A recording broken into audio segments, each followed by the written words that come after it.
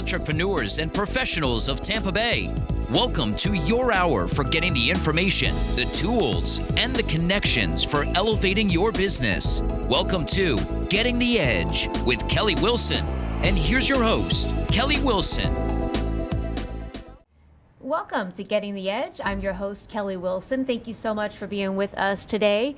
Getting the Edge is a product of Edge Media Hub. I'm so excited. We are officially Edge Media Hub, offering 4 distinct services: Edge Business Magazine, Getting the Edge, being here with you today, and Edge Connect, and Edge Creative. So check out our new website. So excited. It's been in the works for a long time.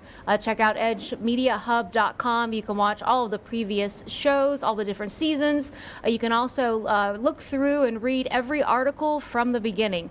And it's really excited to have all of this now in one spot, all of our partnerships. It's really exciting. So again, check it out, edgemediahub.com. We'd love to have you included. So for more information, you can email info@edgemediahub.com. This is going to take some time to get used to, but just so super excited. I'd love to thank our sponsors, All Trust Insurance, your trusted employee benefits partner. Thank you. Thank you to Pilot Bank. Thank you to WeBeam TV and the staff at Tampa Bay Multimedia for helping us put on this Getting the Edge show. Now almost almost in our 5th year already with Getting the Edge. We've had this visual pod vision, as the guru John Gaston would say, almost 5 years now. But I've worked with Tampa Bay Multimedia and WeBeam TV for many years. They're great at what they do. I think now more than ever, we're looking at new ways to communicate with our clients and our customer base. Definitely consider checking out Tampa Bay Multimedia for having a similar show to Getting the Edge, your very own version, and definitely ways to create platforms and communicate with your customer base. So again, thank you to John and his team. And our next issue of Edge Business Magazine we're working on. I think this time more than ever, we've been talking about working on our hospitality issue. This will be out later May, early June, and I think now more than ever it'll be a really exciting time to highlight these local hospitality leaders, especially now that we're going through so much as we're going through, and we're actually going to spend some time today talking about the health concerns of the community and what we can all do and how we can all come together. And I know every outlet you look at is focused on this right now, so we don't want to take up the whole show talking about that. We want to provide inspiration as we do each and every week for you, but just to touch on it, obviously it is something on everyone's mind. So I have a great guest with me today to do that, or to help me do that. And I guess we'll get to that. Jason Wooding, thank you for being with me today. Oh, thank you for having me. Yeah, the president and CEO of Lion's Eye Institute, and I'm really excited. We've been filming in the Lion's Eye Institute, so thank you very much. I love the brick background. I love the atmosphere and the quaintness that the building provides. What, late 1800s? 1905. 1905. I knew it was close. Yeah. That's like the 1905 salad, right? Well, actually, that is all time. It's like 1905, the Columbia. Yeah, I love the Columbia everything salad. Everything is at 1905, 1907 era in this part of Ybor City. Okay, yeah, I love it here. Thank you for allowing us to kind of be here and use up a corner in the ballroom. You open it up to the public if they're looking for events and to do things? We do. We try to focus mostly on nonprofits. Okay. Yeah, that you can find places that are inexpensive. Or very little do we charge for the room for nonprofits to find out. We have actually secured parking here, making it a little bit different. Right. But rather than going to, there's plenty of for-profits that find themselves in hotels and things of that nature. Well, but sometimes, that's what I'm saying. Yeah. You spend the money here with the nonprofit is what. So definitely, exactly, if you're looking as things kind of resume and we get back to normal, or if you're looking for other venues to have your postponed events, definitely consider giving the money to one of our local nonprofits in Lion's Eye Institute. Really excited. Jason and I have been working together for a while. You've been very supportive of Edge, and thank you. I was very excited to have you included in the last issue of Edge Business Magazine. Yes. You can check out and read. Actually, it's all the articles are on the website now, so you can check out and read Jason's information there as well. It's been great to get to know you. You've actually been on the show with us maybe a year and a half ago now. It's been a little while. I think you were one of our first guests I guess it was December of last year, 2018, 19. I don't know. The time all blends together. It was 18 or 19. Yeah, I think because that's the time you were talking about doing a nonprofit. issue. So that was obviously before the issue came out, correct? Well, and that's what's interesting now. So I'm very happy. It's weird with timing, but I'm happy that we were able to get to know some of the nonprofits, especially now during this time. And I want to talk about everything that we're dealing with the health concerns of the community. I almost can't say the name. Like, I'm so overhearing it that I just don't. It's almost like when you say it, it becomes real. Right. And like something that we're dealing with. So that's been anyway. COVID-19, I guess that we're all dealing with. We'll refer to it as. Well, I kind of obviously it didn't sound bad when it just came out with the Corona side to it, so it's kind of fun. And then you have to throw virus on the end of it, and all of a sudden it brings together, right? And then the COVID-19 is like that's just the easy way to go. Right. Well, it was easy. Well, again, I'm honored that we had the opportunity to get to know so many of the nonprofits because now, unfortunately, as things are being canceled and events, and just the nonprofits are going to need our support that much more. And so it was great to kind of make these relationships. I also look forward to the hospitality issue coming up later, I guess late spring. Now, with all the parks closing and all of the restaurants being hit and the hotels being hurt, I think highlighting these local heroes, in a sense, these local leaders that are in the hospitality industry, hopefully late May, early June will be in perfect timing as hopefully our lives are somewhat getting back to somewhat of a normal. I imagine it's going to be some time before we are completely back to normal. Right, but hopefully because it's not just going to go away. This is something we're going to deal with for quite some time. Well, and it's interesting. So yesterday I had lunch with two great friends at the Columbia, and the Columbia, to stay within that imposed 50 there's only probably in the main ballroom maybe only 12, main dinner room only 12 tables now. So interesting. So just to kind of give you an idea of impact, and I want to just, Richard Gunsmart, phenomenal, as far as just, businessman and what he does for philanthropist for the community. We'd love to think about him, yes. I mean, so what is interesting about him? So even if you remember that at the Columbia used to have as far as the hard kind of hard the bread, the menus. They were kind of like a harder menu. Now they're paper. And they're discarded after every use. Like remember, if you've been, everybody's always had the 1905 salad. It's not made tableside anymore. It's made in the back and brought out. There's definitely, it's probably well more than 2 or 3 arms lengths between the next table and you. Obviously, the Columbia is always a very tight place. I mean, because it's always packed. There. The interesting thing is when they bring out your drinks anymore, as far as they don't take them off the table to refill them. They refill them on your table, so they're not touching your table. And interesting is right before we had lunch, a young lady came by and picked up the menus, different than the waiter, and actually had gloves on, and she discarded them. And what about even picking up your dishes? You know how they would clean off the table as you're eating? Yeah, they actually did not clean the table till you left. Yesterday. Now and again, it was just. But I that one, he's doing the right thing, obviously, for the safety of their couple. He's actually still providing a service. People need to eat meals, and people need to go. And of course, whichever. And I won't even say lastly, he's doing the right thing for his employees. That they're all there. They're all still working. Absolutely. Even though it was a smaller crowd that was there, and it was only a smaller crowd only because the way the tables were set up. But I mean, I just thought within just a couple of days, those are big changes. From printing an entire menu in paper. Having it ready to think how you're going to do that. And I really just got to see I would hope that more people would maybe see that and learn from that instead of maybe having, some are just maybe easier just to shut your doors. He found a way to keep himself open, still obviously support the community, support his employees, support people that do need to eat, during lunch. That's what I worry about. So there was just, news is happening every day. Every day the Governor DeSantis is coming on talking about different things. And just recently they were talking about now shutting down bars and nightclubs and restaurants 50% capacity and having the space. I do hope because obviously these small restaurants and they are impacted. So I hope it doesn't come to the point where they're demanded to be closed. Because I also think that's going to send more people into panic because now, I mean, granted, their delivery will most likely always be available, but. Well, you got to think also too, it's the general livelihood that these small businesses, it's really, cash in, cash out. That as far as that they are paying, and of course, the business is there to make a profit. But a lot of the ones are new. There's some very new ones in Ybor City that these first few years they got to work up money even to break even.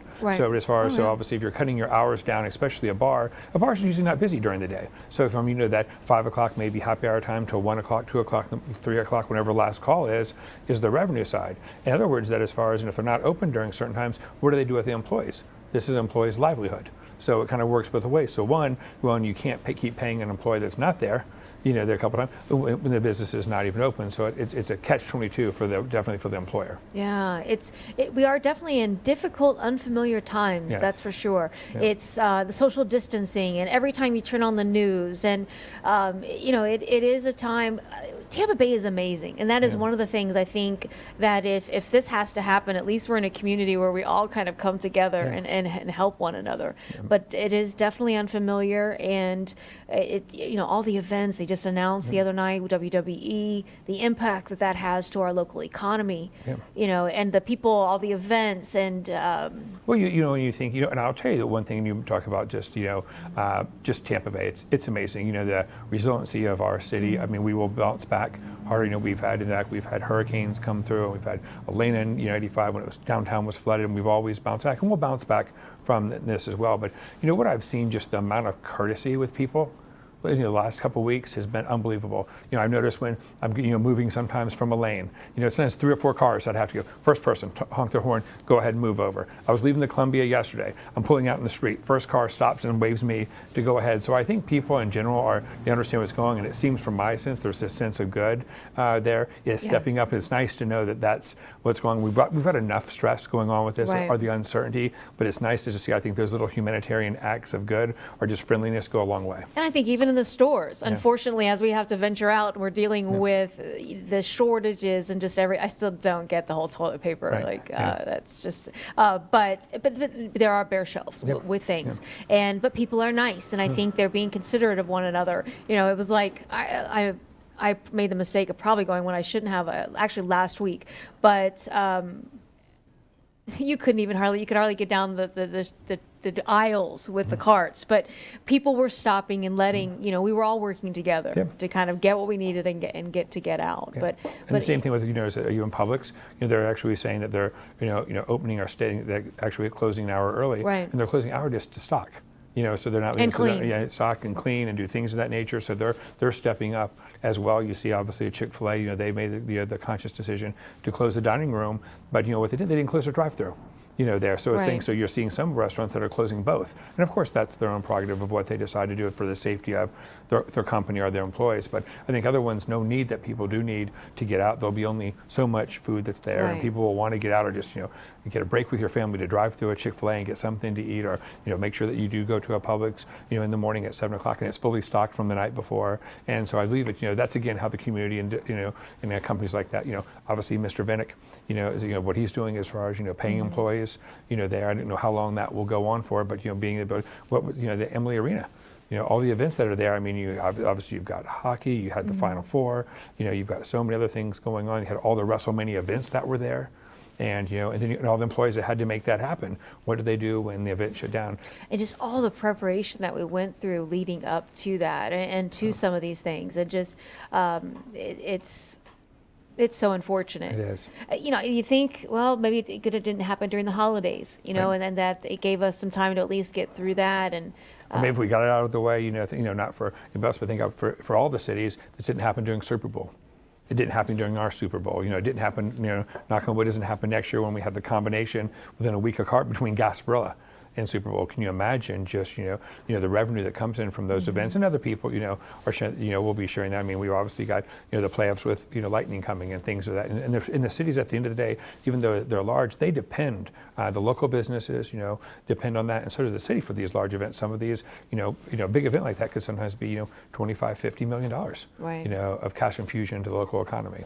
Well, I was had a lunch with the mayor recently, and she was just talking about small businesses being 70% of our economic impact. That is it's a little scary. How have you seen? How are you with the nonprofit and with the iBank, and how are things at Lions Eye Institute right now? Well, I would have to tell you as I say it right now, because things are changing so quickly. As of things by the time our interview is done, things could probably be changed again.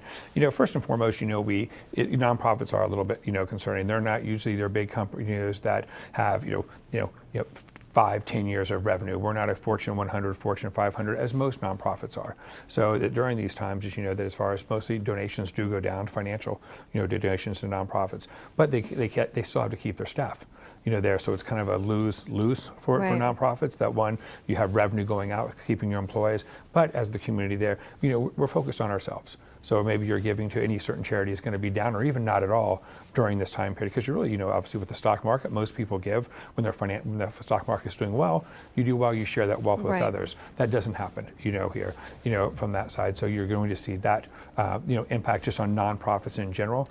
You'll see less, as far as much less, if anything, coming in, and more going out, sustaining their staff, and obviously keeping their building. Well, we were talking, I think, before we even started today in regards to the Valspar, not coming to Tampa, and the fact that I think that raised $2 million for local charities, which is that's money now not going to these local charities. And they probably charities. budgeted that amount, so that as far as Valspar is a phenomenal event for the community, which there's so many that have that big portion that give back. So so did WrestleMania. They had, I think they had like 20 different different charities in Tampa that were going to benefit from that, and they do that every city they go to. Not so much maybe WrestleMania, but probably Valspar being the amount that they give out. They could have said, this is what gets us over the edge, or that's part of our budget, a $100,000, $200,000 donation from Valspar every year to do that. That's $200,000. That's a big loss, and it's not someone that's going to be just stepping up to fill that void.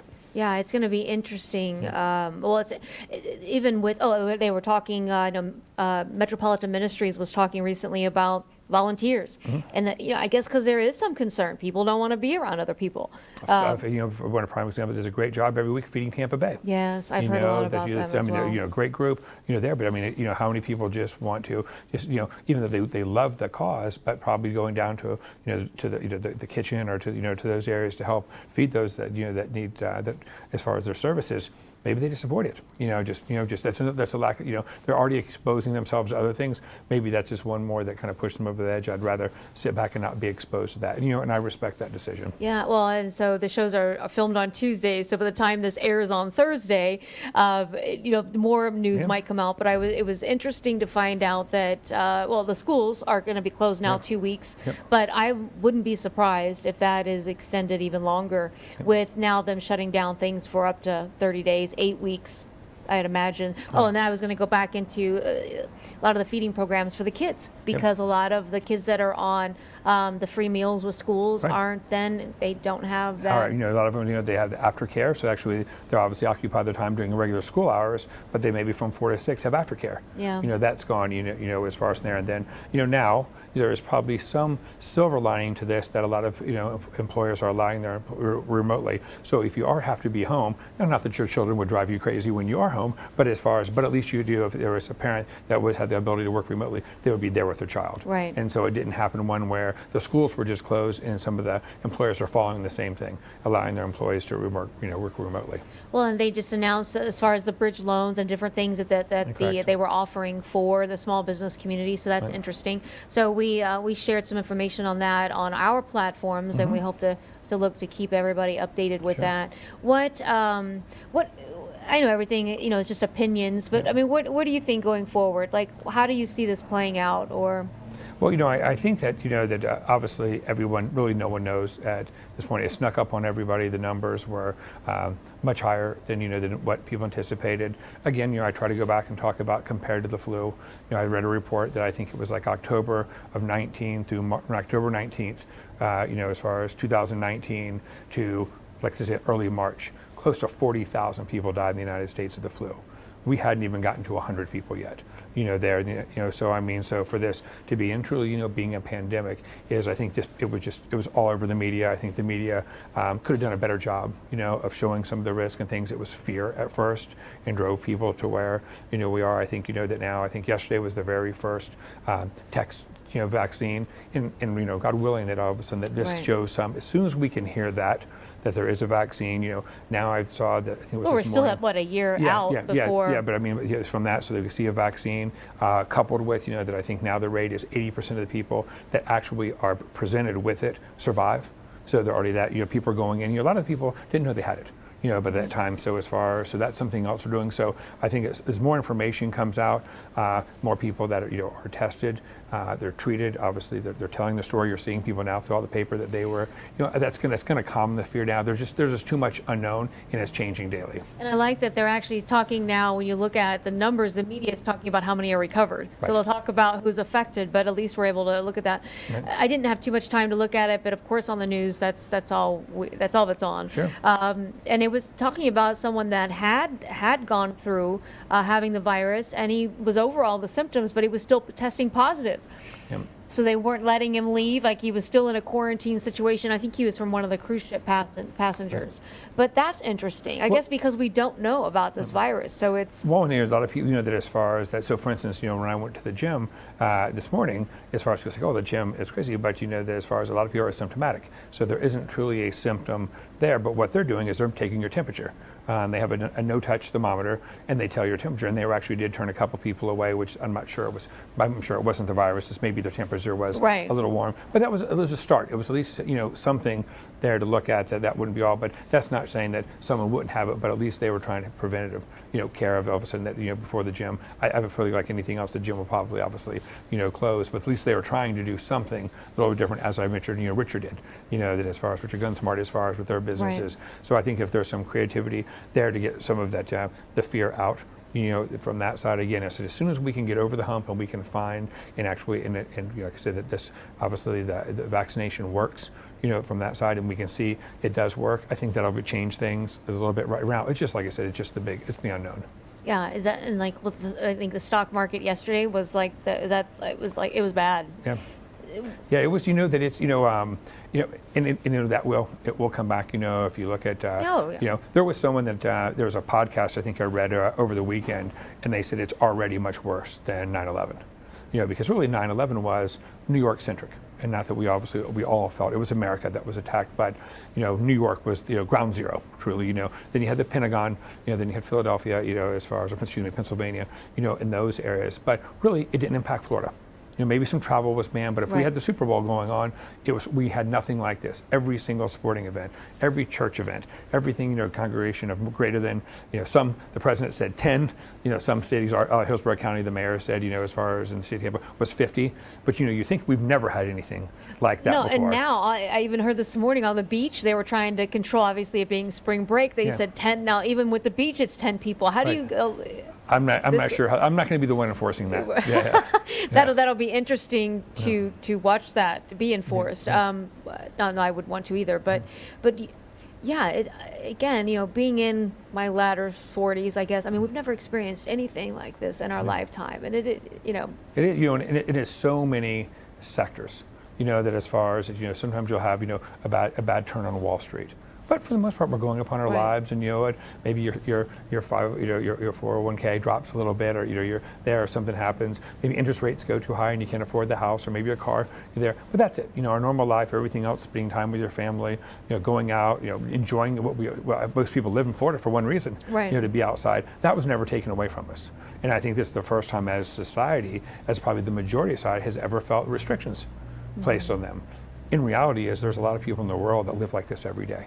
And so as far as I think, through the part of it, I hope that we should find that how fortunate we are. We will get through this. It is still the greatest, country in the world, as far as now, we will get through it, and it'll show the resiliency here. But it's like, it's things that make us, and I hope when people come out, maybe they're a little bit more kind to each other. I do see people washing their hands more, so I think that's phenomenal. I mean, I'm at the gym or wherever else, I'm seeing always scrubbing their hands more. So if anything comes out from this a year from now, everybody will be a little bit more sanitary. I've always been somewhat weird with germs, and now I'm like obviously overly obsessed. My hands are so dry, it's not even funny from all the sanitizer I'm washing, and then I have a teenage daughter. Well, she's almost 20 now, but she is aware of what's going on, and but she's still trying to live life a little. Right, sure. And so she's at a friend's house, so she's going here and she's going there, and it's even yesterday she came in and like went towards me to hug me, and I was like, oh, because where have you been? Who have you been around? Or how are their parents? What are their parents doing? And it bothered her, and I get it. I don't, but you want to be careful. And I'm seeing the fist bumps, I'm seeing the elbow bumps, and everywhere else, and you'll see the same people that still want to give you a hug because they know you, and that's just the way we are as a society. But I think overall, I'm noticing people being a little bit more precautious, taking a few safety measures. And right now in this situation, it's not a bad thing. Yeah. Well, I'm a hugger, and I'm trying to, I just kind of, I hug from afar. Right. It's like an air hug. Yeah. Right. Just because, you don't know, and you just want to be cautious. And it's not like we can look at someone and determine whether or not they would be infected. And you've got Tom Hanks and these different people talking about different celebrities, and you've got baseball players, and basketball players, and just people that they didn't even know they had it. Right. Yeah. That's what's so interesting too, without the symptoms, and then anyway, I guess we are in interesting times, but we will make it through. It's interesting as we prepare and get ready for hurricane season, sometimes in Florida, and we always wonder what would happen if something bad came through, but we would recover and we'd get through it. And I'm definitely happy that they made all the precautions that they have, and they've shut down, because hopefully that does help with the curve, and hopefully minimizing all of our, because in your opinion, is that why they maybe it went more out of control in Italy, in Spain, and some of these other areas, because they didn't at first take these measurements? Yeah, I think that that it's probably some of it, and I won't say over precautious, but you're right, we don't know. And and that's the thing is that you'd rather do it now, and then I think it would be too much, it would be too hard, being it truly is a pandemic, to unwind. If all of a sudden, now that there's 200 cases a day in Tampa, that are there, and then it's 200 people, just think about, they come into contact with 5 people. That's 1,000 people per person. How far does that spread? Where that if we can contain it, put the restriction on, get our arms around it, as far as educating people, I think that they're doing the right thing. It's concerning for all of us. Different from when you talked about a hurricane. For here, there's no wind in sight. When we had the hurricane came in, you lost power. I guess that's what I meant to say. Right. Yeah. That's what I was kind of getting to. You lost power for a couple weeks, and people went and got water. They maybe bought a backup generator, things like this. But this, when you're seeing it, like this morning, 6:30, 7 o'clock, there's a line outside Publix at 7 o'clock in the morning to be the first in there to get supplies that were stocked through the night. You didn't see that. There you'd see people, making their one stop there, and you just don't know. Is it 1 week? You heard the president last night say it could go to July. Yeah. There. So what is this? Is this our new norm for the next 2 or 3 months? Well, hopefully over the next 8 weeks, I hope we can at least get somewhat back to normal. But I think it's going to. I mean, not that I know much about it at all, but I think it's something we're going to be dealing with. I would think through the summer that you're still going to have cases. I mean, it just doesn't go away. Right. But you're going to have less and less, hopefully. Right. Yeah, so you'll get I think the vaccine will come out, and that'll assure people. You're getting more people that are coming forward that they feel they have some symptoms. More people will be ruled out that they didn't have the symptoms. It'll be that you just had a bug, that as far as maybe you did have the flu, or maybe you had allergies. So it wasn't that. So you're going to get more people. You're going to see that number slowly start to decrease, the people that test positive by all the things that are going on. The ones that do test positive, they'll be quarantined. They'll be given the vaccine. The vaccine takes, I have no idea this time, but a week to work, 2 weeks to work, 5 days, whatever it may be. That takes, and we'll start to see it chip away. From there, from that side. So it will be, but it could be sometime. It was interesting. A few years ago, I had a relative, actually my ex-husband's grandmother passed away, and they were from the Crystal River area up north. So we went up north for the funeral and for the service. And it was interesting when we got to the graveyard where they were going to then do for the burial. I was just walking around afterwards, and I'm not sure why I'm walking around a cemetery, but there were all these graves, and they were small graves, but they all had, it said influenza. Yeah. I don't recall even if they had names on them. Yeah. Maybe they did, but it was all, I mean, there must have been, there were hundreds. I mean, same with tuberculosis. TB. All that is coming, and a lot of times, that it spread too fast before they knew about it. You look at even an extent, in a much more remote area is Ebola. Look at the precautions right away they knew to take that as far as that could have gone rampant through Africa. there, but right away they knew they quarantined people, they quarantined the people that touch, all of that process. So I think that we've learned through this over the years. It's been very costly, influenza, tuberculosis, there's other ones, that as far as that has happened. But it's like, I think right now, no one really will ever, complain about someone being overcautious. That if all of a sudden, if the governor's too strict, the president's too strict, the mayor's too strict, no one ever claimed, well, they were doing that. You're always going to be criticized when you didn't do enough. Yeah. If you do too much, no one's going to say, they're not going to give you credit. And the same thing that, wow, we did the right thing. But if you don't do enough, you're always going to be criticized. So I think they're all, erring the side of caution. This is the right thing to do for the community. Well, I stay very neutral from a political standpoint, but it's great to see President Trump, instead of saying it's going to go away, don't worry about it, actually working with, the governors all and doing what he's doing now. His tone has completely changed, it seems, in regards to helping the American people. Well, no, it's, and it's really unprecedented. There's really no precedent. If you look at even war prior to this was something we knew we were going into. Right. If you look at World War I, World War II, you look at Vietnam, right. It was something, you're very similar to kind of probably the closest akin to this would probably be 9/11. Obviously, if you remember, President Bush was, I think, in Florida reading books, school books, when the first, plane hit, the Twin Towers. How do you prepare for that? The same as this, that as far as how do you prepare for this? And it's hard. And, and I think that, and I appreciate, I think both parties, they're not really judging him. They're just kind of maybe judging government of what we can do about it. And it's the right thing to do, because I think that that's not going to help us. Oh, absolutely. Our situation. Did, in your opinion, when this came about in China, did we think it was going to come to the States? From what I gather, we have to remember this from the Wuhan province. This isn't their first rodeo with doing something like this. There was SARS, before. So this has happened twice. And, and where I think that, coming from this, there has to be a level of accountability, as we all should have. If something had derived in any part, stateside, we need to inform people right away that we see something, and they haven't done that. They've done it now twice to us, and and there needs to be some repercussions for that. I mean, that they have really allowed something to come in there, that come into the United States and all over the world, that is final. I mean, as far as is devastating. Right. People being costing their lives and things of that nature. So, I don't think third time is going to be the charm. I doubt this will, it shouldn't happen again. But as far as I think they got us, it got too far. Before they told us, I think, maybe they're going to self-contain it. No one wants to be the first to say we have this virus, but we have to do that. We are a truly global community, and if something happens in Africa, there is going to be someone that's on Africa that's going to be end up the Delta terminal at Tampa International. It's going to happen. We are a truly global community. Be anywhere you want to be, and then in 24 hours, and people do. And that's what's scary about the flu. When you look back on it, we didn't have air travel really, and all the things that we have now, and it still kills the population.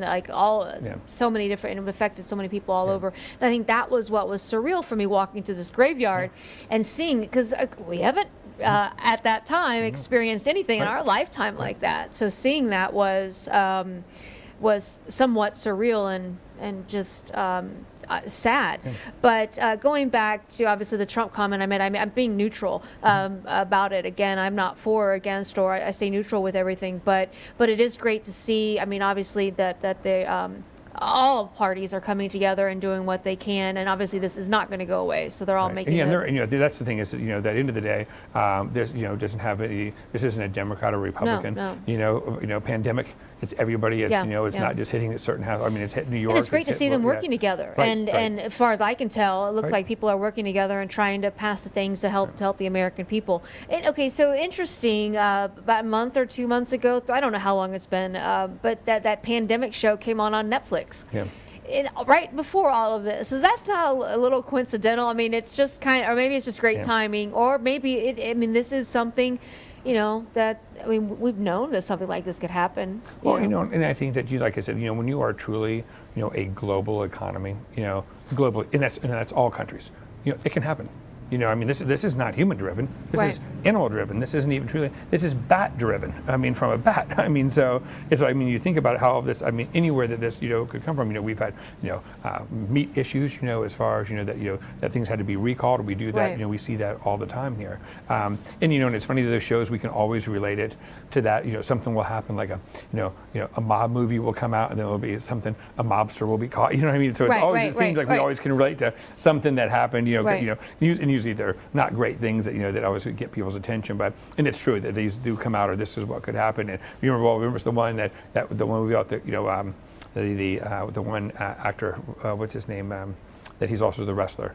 The Rock. I remember that all of a sudden, so that movie came out with the flood, and then it was all of a sudden like 2 months later, the Philippines was flood. You know what I mean? So it was like after. Was that San Andreas or something like? Yeah, that's actually one of them. I love that movie. Yeah, so like something like these things, and they just happen, and we always and somehow we connect them, but it is sometimes strange. Yeah, well, it goes like it's just coincidental. Me like Edge planning a hospitality issue right when maybe all these hospitality people need to be celebrated. So it's timing, and it's just the way things come out, and obviously there are shows on everything, these days. So interesting. Well, thankfully our community is doing everything they can, and we're all as a community coming together and working towards this, and we will make it through. Obviously, if Edge can do anything for any businesses in the community or anyone for that matter, definitely reach out to us and let us know how we can help. Get involved. I know everyone's looking for alternative ways to promote their businesses. They're not out networking the way that they were normally. We can help. Anything that we can do, or however we might be able to connect you with. Definitely there are resources, and I know just like the local chambers and the other community organizations will all work together to make sure that we all get through this. So I don't want to spend the entire show kind of on sad things. Right. Again, I want to spend some time on inspiration. So we'll let it go with that. But in the meantime, check out the website. Again, that's something else to celebrate. Our new website. Just yesterday, right? Yes. We finally, congratulations. Thank you. It's been a long time in the works, and it's really exciting. And really for years I've wanted, but everything's timing. You have to wait on budgets and just to the time that you're ready for it. But to really have all the shows and all the articles, and really to have the technology that we needed. And I think that was a component we were missing. For 7 years plus, I've been building and working on building this community-based community, and with this community-based approach. But the one thing that we really needed to take us to the next level was the digital technology, the data and analytics, and so even beyond the website, there's so much more power, behind that. I don't understand it all. Right. I've got very smart people working with me, to help run those machines and the data, and just I needed data, of really knowing who's what, who's where, who's needs what, how we can help. So excited we finally have that. So. Just really thankful to my Edge team and excited about it. So again, check out Edge Business, edgemediahub.com. Right.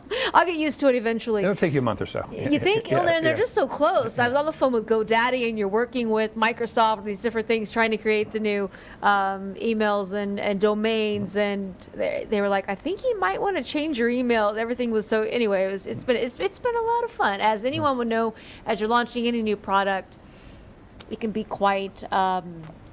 Challenging. Quite daunting. Yeah, yes, exactly. But we've got it. And again, any questions, any way we can help, reach out at info@edgemediahub.com. That's it. All of them still work. So wherever you go, they'll work. Again, just kind of a lighter note. So how are you otherwise? How are things going? I know you've had a lot going on, and you went to Harvard. Yeah. So things are going well. That as far as from there, with every type of leader, come November this year, I've been here 30 years. 30 years. That's why I started when I was 6. For the viewers doing math. So they're doing the math. I started when I was 6 years old. Well, so if you're wanting to do that, right. From that side, but the youngest ever, right? Yeah, right. The youngest ever, and I think the youngest ever, and I'm soon to be the longest tenured. I think I'm there. Yeah, and that's why it was such an honor to have you included into our not-for-profit issue. And if anybody that's read through the magazine, then you'll notice that Jason had 2 pages, unlike all the others had 1. Yeah. And we really did it by age with their nonprofit. So you were the longest reigning. And wow! So but congratulations! Thank you. And you had an amazing group. And it was an amazing night. We did. There, and I liked that. How they took it upon themselves. And it was amazing that still just true to nonprofits is when each nonprofit spoke, they didn't talk about what they did. They talked about the service, and I really like that. That it's out there. They're like, here's what we do for the community. They weren't celebrating, thank you for me, and these are the services that we can provide you, and this is that you're. So they're even there on the front line telling them about themselves. We're not promoting themselves. Which is typical nonprofit. Yes, and that was what was so interesting, even about the interviews and getting to know these leaders that. it was never about them. Even questions where I tried to get some of the personal, because we want to know about, I was obviously about the organizations and the leaders that represent them.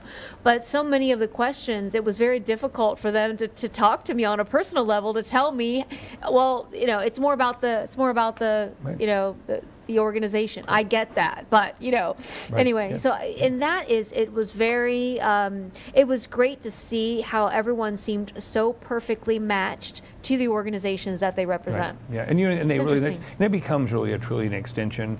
I'm not sure if the organization becomes an extension of you or you become an extension of the organization. Both, a little bit of both. But and you really do it. That most nonprofit leaders, especially the ones that you selected, many that we have wonderful ones in the community, they are truly attached to. They have the qualification to do something outside the nonprofit sector. Many have business attributes that they could work in a for-profit sector, and most all for more, a higher salary than they do. They didn't choose that.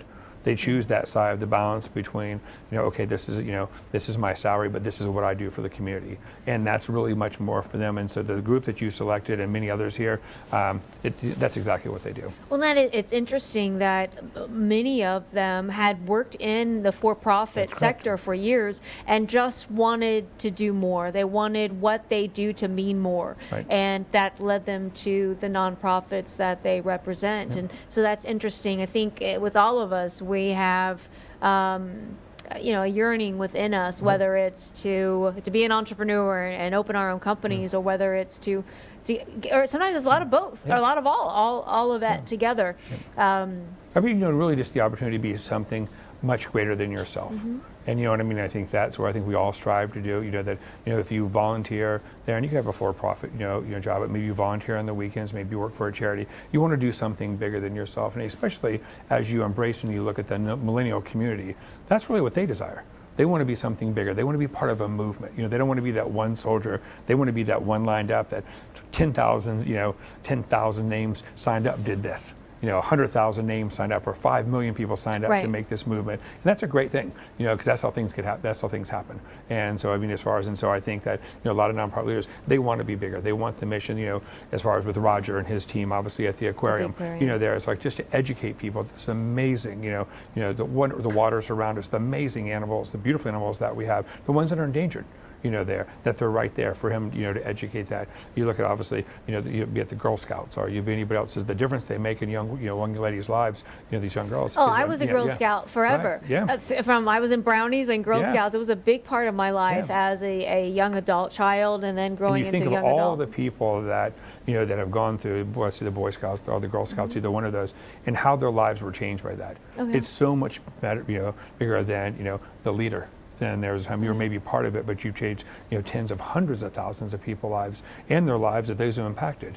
And so I think that's the ultimate, whatever the service may be. Well, and even going back to the Girl Scouts, I think that may be, you're even with that, and all of them are just, all of them have such a great specific need. But even with that, for me as a child, it taught me service, and it taught me sales and entrepreneurial type skills, and just and service to others. And I think all of these nonprofits in different ways, mold us and help us become. And I was, and I think that too is that, and what we've gotten away from that was a very, for me being in the Boy Scouts and Cub Scouts, Webelos, all the way through, was bonding time with my father.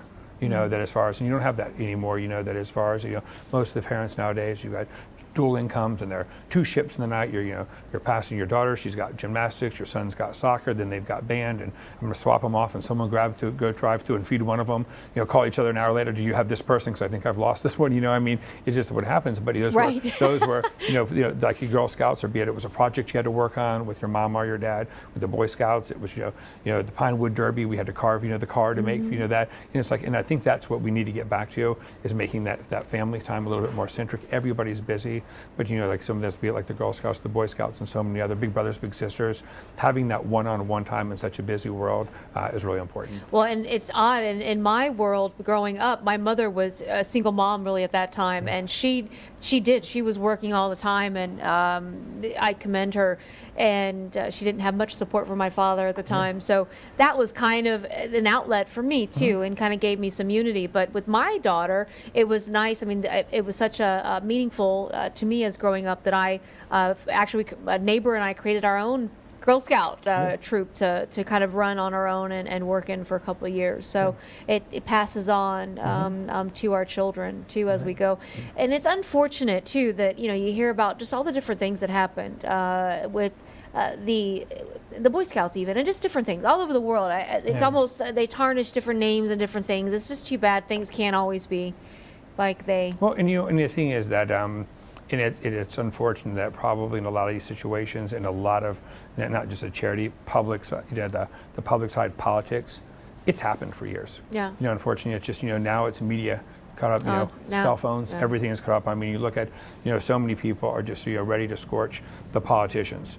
Anything they've done right now is not new. I mean, let's not, kid ourselves, that, all the things that were done 50 years ago, if not worse, back then, and it was never appropriate in the first place. The same with the actors, that an actor does this or, somebody does a celebrity. They were doing it way back in the 50s, 50s and 60s, probably were, or, there, but now it's on film. Now it's more in the public eye. Remember you only had newspapers, so there wasn't. You didn't hear that that as far as I would say Rock Hudson, or you heard that as far as Sinatra got in trouble in Vegas. We didn't hear about that in the Tampa paper. You maybe saw it in Las Vegas on for one page, but it wasn't global news. There. So now it's all of a sudden people are changing their perspectives of these individuals. The flip side, things were covered up back then. And they're not now. And because of technology, you talked about your website, the cell phones, it's not covered up. So it's a very, very good thing. But so this isn't, unfortunately, it's fortunate. It's been unfortunate it ever happened from day one, but it's fortunate maybe technology has, or just in general, just society, that we've caught on to it and to stop it from going forward, from there. No, it's very well said, because we don't necessarily want to go back to the days when things are just covered up. We need to be where we are today, where things are out in the open, and people are protected. More secrets. No, you make that's a very, very good point. So okay, on happier notes again. What? So it's almost 30 years. So 30 years in November. Is that right? November 19th. So then, what are the plans? Well, I'm loyal, obviously, as far as I love the organization. Since I've been here, we've helped over 100,000 people that are blind or visually impaired get sight. That's very probably out of the 100,000, I'll have met less than probably 100 in my lifetime. And so to know that there's 100,000 people walking around that have sight that they didn't have. And let's just say, if you're not a registered donor, maybe this is the perfect time to say, why don't become one? Go ahead, tell us that information. That as far as, that it's very easy to become a donor. Many people, as far as that, you get your driver's license picture or anything like that, they're going to ask you. The DMV in Florida does an outstanding job. Very close to 50% of the population above the age of 18 in the state of Florida is actually a registered donor already. So we are a tremendously giving community, and we are just across the board. And you taught me, you can do it right from your cell phone. Yeah, so you can go on. So you're actually, if you have an Apple phone, it's actually in your health app. You can go on, and it takes less than 5 minutes. Yeah, if that. And beware, if you tell Jason you're going to do it, he will follow up a couple times until you send proof that you've done it. I will. So, and all the viewers, I will follow up with you and find out that if you did, I'll say, I remember you saw that. But but it's simple to do, and what's nice about that that is actually a partnership we have with Apple. That's and great. They put it in every single iPhone in the United States. So that was huge to tell you their commitment to donation. Absolutely. And it's there. Then all of a sudden, what's nice there is from there you saw that you could share it. And what you did, you actually can share that on LinkedIn, Facebook. You can say, I'm a donor, and just tell your friends. And then maybe they'll go home, start a conversation. Maybe somebody will say, awesome, so am I, which you got some of that. Good job. And like some people say, well, why didn't you do it? So you'll get that. But it drives the point home as far as that. And and that's, as much as we celebrate the success of people that have gotten sight, our really number one hero is the donor family. That as far as, because none of anything that we talk about or that we do would be present, would be without them. And that's first and foremost you as the individual. You signed up to be a donor, and we're going to honor your wishes. In the cases we don't know your wishes, it's really the true heroes that step up as your family. And they step up, and they know in their worst time of loss, they want to give something to somebody else, which I think if you look up hero, that's what a hero is. I mean that, you could say a fireman's a hero. He's going to give his life to save somebody else. This is someone they've lost a loved one there, but they can think and put that aside and think of somebody else in probably their worst time of grief. And so for me, I consider them heroes, and that's really where it all starts. Yeah, absolutely.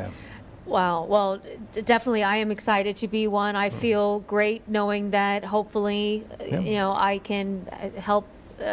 And I want to be impactful here, but if once I'm gone, it'd be great to know that I'm still impacting. Correct. Right.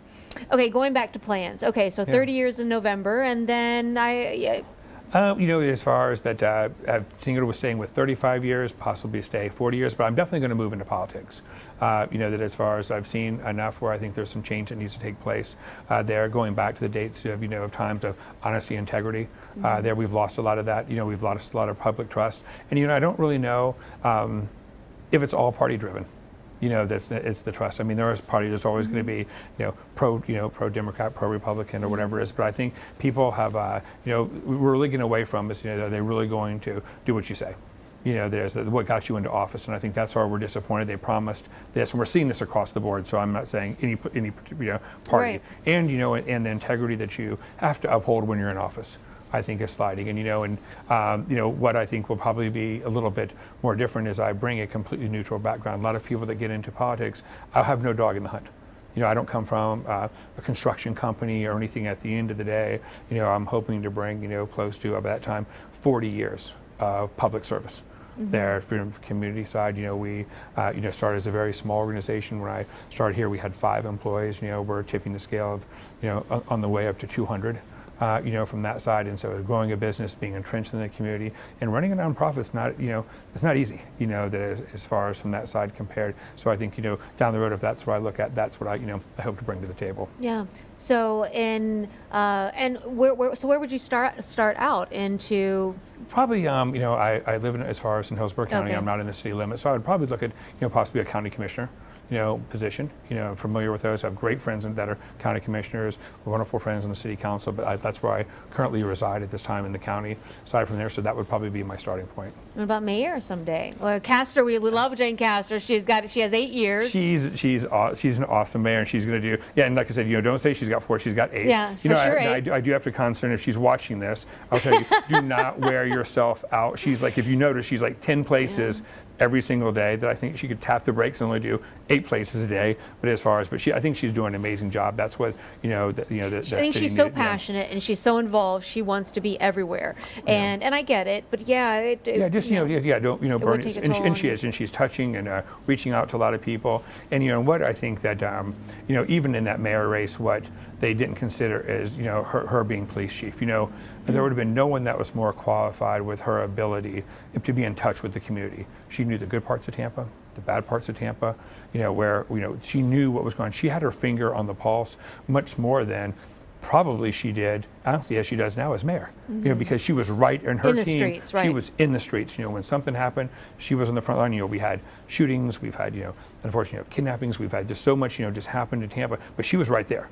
She was on the front line, and I think that prepared her when you looked at any other mayors, and there were some good, they all had great qualities, and some of them obviously are good friends of mine there, but I think overall she really stood out, and this has started to show.